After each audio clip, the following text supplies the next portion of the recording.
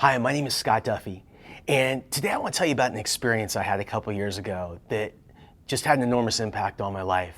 I had an opportunity to go and see Howard Schultz speak. You know, Howard Schultz, the CEO and the founder of Starbucks, and I was so excited. I mean, I look to Howard as an uber entrepreneur. I drink his coffee every day. I'm probably his biggest fan. And I remember that at the end of his talk, I was a little disappointed because it was kind of corporate in nature, and as an entrepreneur, I was trying to figure out how do I relate. And then Howard stood up and he told a story, and like I said, it totally changed my life. He told a story about how when he got started, he was an entrepreneur just like you. He didn't have all the resources that he needed to get started, just like most of us. How he had been working every day and every night for 18 months without a paycheck. And he was bootstrapping like most entrepreneurs need to do. And then one day he got a call. And the call was from his father-in-law, who didn't live anywhere nearby, but said, "Howard, I just happen to be in Seattle, and I'd love to have a conversation with you right now." And Howard knew what was coming. You see, his father-in-law said that, "Look, my daughter, your wife, is 8 months pregnant, and she's the only person that's bringing home a paycheck. And maybe it's time to put this idea on pause. Maybe it's time, to put it on hold."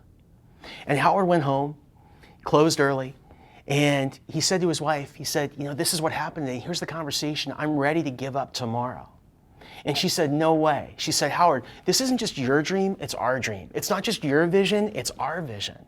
And they stayed up and they figured it out. And what I realized in that moment was, as a young guy, I used to think that I was always the most important person in the companies that I started, because I was like the CEO or the founder, fancy titles or whatever.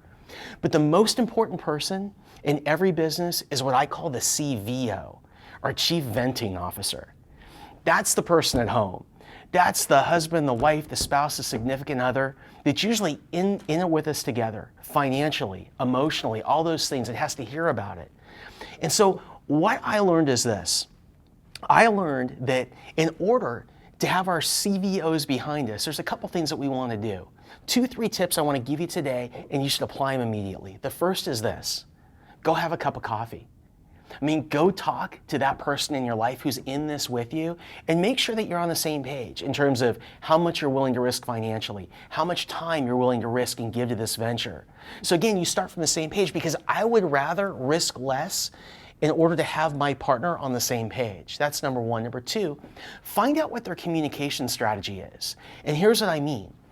All of us like to be, like some CVOs, they want to be totally in it. They want to hear everything. They want it blow by blow. Others, it's just way too much for them. And so what I encourage you to do is find out how much information your spouse or significant other wants. And then the last thing is, find out when to give it to them. One of the things that I learned from my wife is the last thing that she wants is to hear about a tough day right before we're going to go to bed, right? So kind of figure those things out and plan those things out, and I promise it's going to help you. One more thing that I learned from my wife, Rachel, is this.